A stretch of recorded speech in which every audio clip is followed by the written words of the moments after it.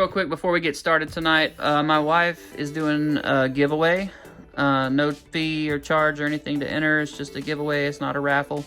Over on her page, Chasing Cherries, I have a post about it on my Instagram. So just go to my Instagram and then you can see she's tagged in that post for Chasing Cherries. There's a video post and there's a couple picture posts, and you can just follow those over. It's very easy to enter. You just go to her page and tag 3 friends. Make sure you share if you're on Facebook, just so more people can see it. And yeah, so very cool. She's been killing it with these lately, so y'all check her out. Welcome back to Figure Depot. Tonight we're taking a quick look at the DC Multiverse 3 Jokers Batman figure.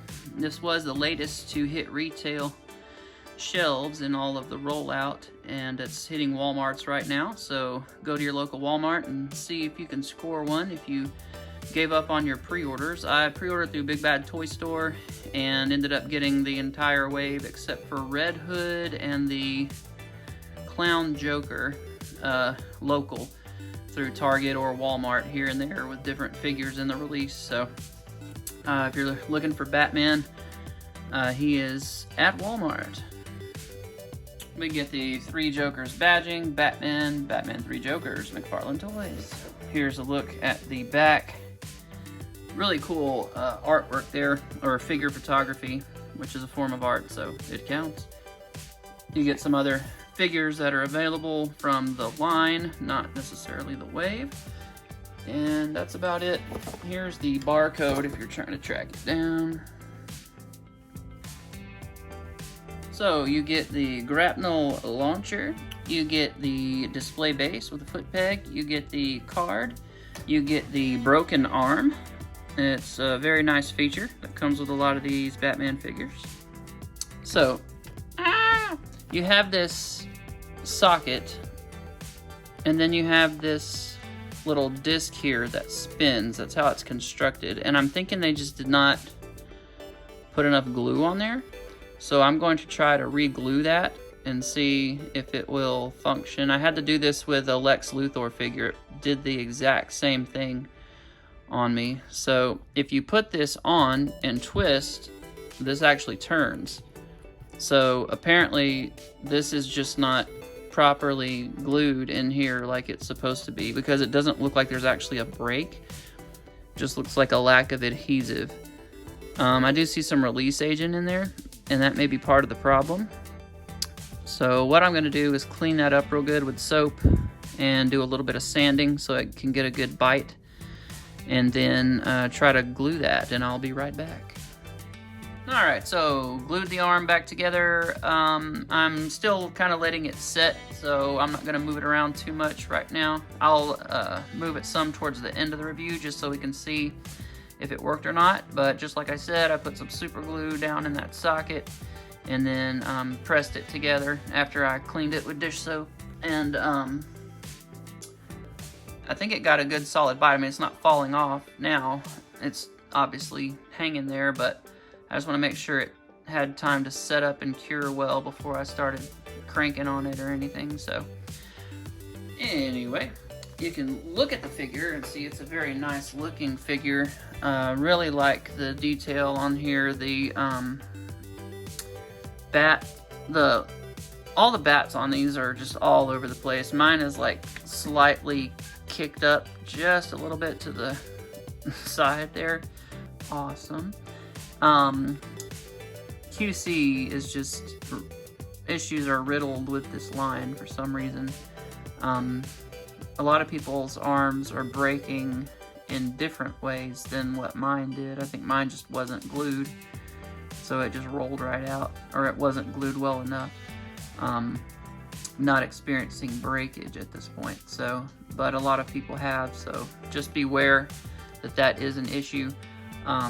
Beautifully sculpted figure. This is not 3 Jokers Batman in the ways that I was hoping it would be. He does not have this leathery, grainy texture to his cape or his cowl. It's actually very smooth, and my favorite part of the way that he's drawn by Jason Fabek is his shoulders are huge and meaty, and the cowl comes from the head all the way down like to here, so you don't get all this fabric up here. You get the sculpt. You should have gotten with this figure the sculpt of his shoulders, all meaty and beefy and jacked. They did not give us that, so that was disappointing. He still has the impression of being large, but I really enjoyed the way it was drawn, and so I was hoping that they would have translated that to the sculpt, but they did not. So that's different. Now, in terms of the overall concept, I guess it is with that kind of Batman Returns style belt and logo, and obviously the boots are very reminiscent of that Keaton Batman. A black repaint of this body and a head swap with a Keaton head would give you a nice 7-inch McFarlane Keaton Batman. Hopefully they give us one eventually.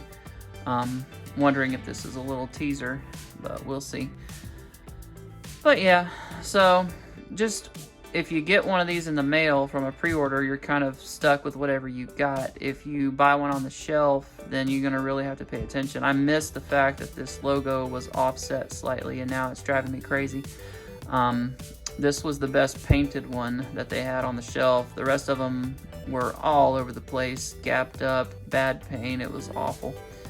So this was the best of the probably 10 that were on the shelf, and the rest of them looked like trash.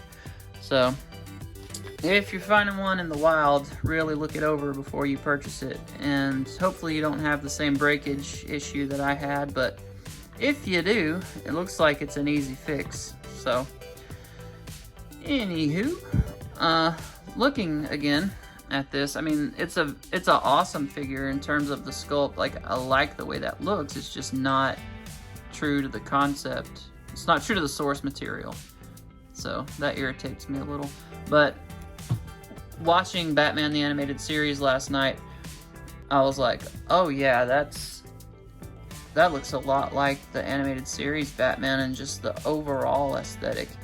I think they should revisit it and give us a better one, because the legs were way too small on the one that they first released, and if they would go back, reuse this body, update the belt and the head sculpt and the cape, you know, and the gloves and boots, I think it would be a much more pleasing Batman.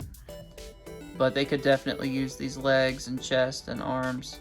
I know it's not quite styled in the same way, but you know, they could make just a couple subtle differences, I guess, and retool maybe the arms and make the chest just a little bigger, but the legs are fine. The legs would work great. So, anywho, those are my thoughts on that. For some quick size comparisons, we have sideways looking Barbara Gordon and unmasked Jason Todd, Red Hood. Nice looking figures. They all look well together.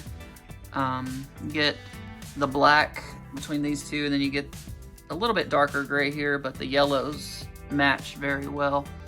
So they look very good together. Next we have Nightwing and this beautiful masterpiece that is the Year 2 Batman. So very cool there. I think I saw someone do a head swap with these two and paint this one black, and it looked pretty cool. So yeah, there's that, if you want to try that. Here he is next to Rebirth Flash and Linebacker Flash, I mean Injustice 2 Flash, and you can see that Flash has a very beefy, bulky body, and Batman shares a lot of those characteristics in common. And then the Rebirth Flash is a lot more slender of a look, but still a very cool Flash figure. Definitely a great classic Flash. Here he is with the Three Jokers comedian Joker, holding a gun. So we know about the Warner Brothers ban on weapons for figures, which is stupid, but anyway, you can find other guns from previous releases or other lines to make it work. And then we have the Penguin here from the signature series that Mattel put out just before they lost the DC license. Here he is with Mattel's DC Multiverse Killer Croc, which is an amazing figure. Highly recommend it if you hadn't grabbed one. And then the DC Universe Classics Bane, also by Mattel. And yeah, he's huge enough that this can work. Although, of course, the Nightfall comic is the blue and gray Batman, which I have shown those two together in my review of the Year 2 Batman. But, yeah, still look good together. Alright, here he is with Marvel's Build-A-Bear and the My Dad in Hulk form Hulk. And just for fun, here he is with a couple She-Hulk customs. You have the Sensational and Savage. And imagine for me, if you will, for a moment, this figure painted like Wonder Woman. Just gonna leave you with that thought. And for some other gray and black and yellow Batman figures by McFarlane, we have the Curse of the White Knight Batman, and we have the Arkham Knight Batman, yes. So they all scale relatively the same. He is a touch shorter, although from the camera angle it's making him look like he's not, but he is. And this one's a touch shorter, so he's actually the tallest. And in terms of articulation, he's definitely the best so far. He's very easy to manipulate and pose. This guy bounces all over the place and wants to fall over, and so does he. Those figures they've done with the smaller legs and smaller feet are a bit more challenging to pose. Alright, so a moment of truth here. Gonna do the articulation segment. I'll run through everything and then we'll see what this shoulder joint's doing here. Head is on a ball peg. Can look very far down, which is really nice. You can look up decent. Now with the ab crunch and everything, you can really look up high.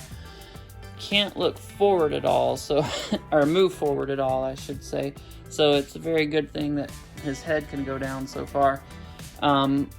You do get a nice tilt out of that, no problem. And then arms come out to the side and down and rotate 360. Swivel here. We do get double jointed elbows, so good there. Seems to be holding pretty well. I guess we'll go ahead and try to twist that swivel. Yeah, there it goes. Swivel is working. Yay! So you don't get a cut here, but you do get the ball hinge wrists, so you can move them around any way you want, reposition them. So if you want his arms to go in and out, you can do that, or you can spin the ball and they can rock side to side. That one's real tight, I'm gonna have to put some heat on it, but you get the drift. So we get a ball here, so that gives us our twisty, and then we get one in the lower abdomen. So you can lean over, you can lean with it, you can rock with it, you can lean, sorry. And then you get a kick forward to there, back to there, and we can split out to the side. Doubly jointed knee bones. And when you're bringing this out, they have a tendency to hyperextend. So you want to, like, if you're not careful, you want to brace that knee and come out, because the ratchets in there are really tight. And then, of course, you can do your front. Bring this in a little closer. You can go up and down, and you got a pivot as well. And you can also rotate that ball in there 360. So not my favorite design, the ball joints. I really don't like them. I like a Marvel Legends style ankle better, but you can make it work. final thoughts. Do I recommend this figure? Yes, definitely, but just be aware of all the QC issues that can exist with this thing. You might have to do a little doctoring up yourself of the figure once you get it. So, or send it back or take it back to the store, hope there's some more on the shelf, you know. But in terms of the sculpt and the design and everything else, yeah, it's awesome. There's just a lot of issues apparently with these guys. So just keep your eyes peeled, look over the figure really well if you're buying it in person, and hope and pray you get a good one if you ordered with a pre-order and are gonna wait that out. So anyway, thanks for watching.